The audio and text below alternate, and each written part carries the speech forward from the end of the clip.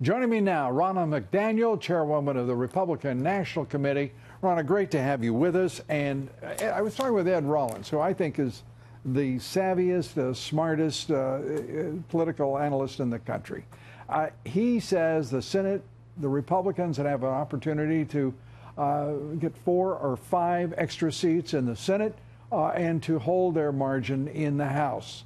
What do you think of his forecast? Well, we're certainly building towards that. The Senate map is wonderful for us. You have 10 states where President Trump won, where we have Democrat incumbents. All of them, by the way, voted against the historic tax cut that's putting money back in the paychecks of the middle class, improving wages, and bringing jobs back to this country. So they're going to have to defend that. Did you send those folks thank you cards? Or we have sent them thank you cards. We let their voters know all the time. We're on the radio. We've sent some of them crumb cakes in response to Nancy Pelosi calling these bonuses crumbs. We want them to remember their vote in November, that they didn't help their constituents who are benefiting. This country is benefiting under the leadership of President Trump and Republicans who are giving people more money, more jobs, better wages. This is a comeback, and we want to keep that going by adding to these majorities in the Senate and the House. Yeah, as a matter of fact, when one looks at what this president has done, anyone who is dispassionate or, all right, let's say passionate, but fair-minded, this country, he has in 13 months turned the country around. The confidence levels, as we're reporting now, I mean, consumer confidence, investor confidence, trillions of dollars added to the equity markets and 401ks. And the Democrats are walking around saying, we want to take away your constitutional right to own firearms, and we don't want you to get larger paychecks, and we want more of your money that you work for.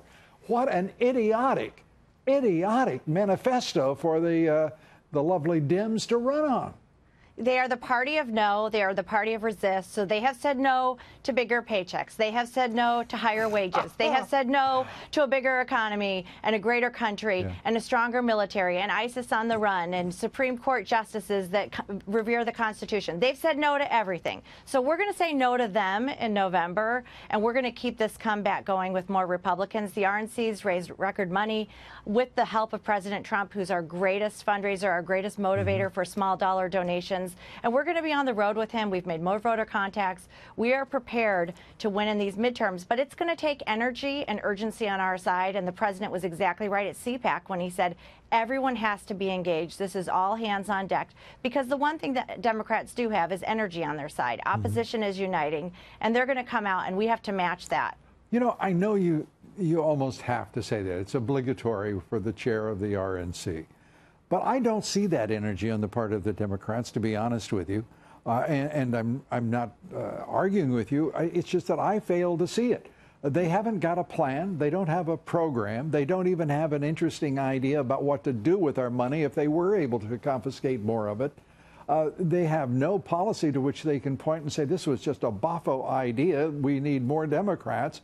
I don't see any energy. I mean, you've got people running around talking about Dreamers like they're the only people in the country, and they're all Democrats for the most part. Well, their fundraising shows no energy with the DNC, and I agree with you, but we want our voters to think they have energy. We want them to assume that, because we cannot become complacent, and we have something to fight for. What President Trump has done in turning this country around and making America great again is something we have to fight for, and we know where the Democrats want to take us, to the Pelosi, Schumer, dark ages of stagnant growth, of stagnant wages. That is not what Americans want. So it's going to take all of us engaged in this election. It's just as important as electing President Trump as keeping these majorities in the Senate and the House. Are you going to be able to persuade Messrs. Ryan and McConnell to get engaged and understand whose party this is and who is the leader of that party? Well, they certainly see the energy we've had at the RNC. We've had 500,000 new small dollar donors because of President Trump. Go to a Trump rally, see what just propelled this movement in our country, and they have to see that. And if we're going to keep the House and the Senate, our candidates and our congressional members are going to have to embrace President Trump, because there's nobody who motivates our base better than him. And I've got a great idea. If they don't support this president, don't give them a damn nickel. How about that? I hear you. I'm going to keep majorities. I don't want the Democrats. Lou, we can't give it over to Pelosi and Schumer, so we want those Republican seats. Okay. I'll give you some wiggle room. Okay, thanks. Ronna, thanks so much. Appreciate it. Ronna McDaniel, the head of the Republican National Committee.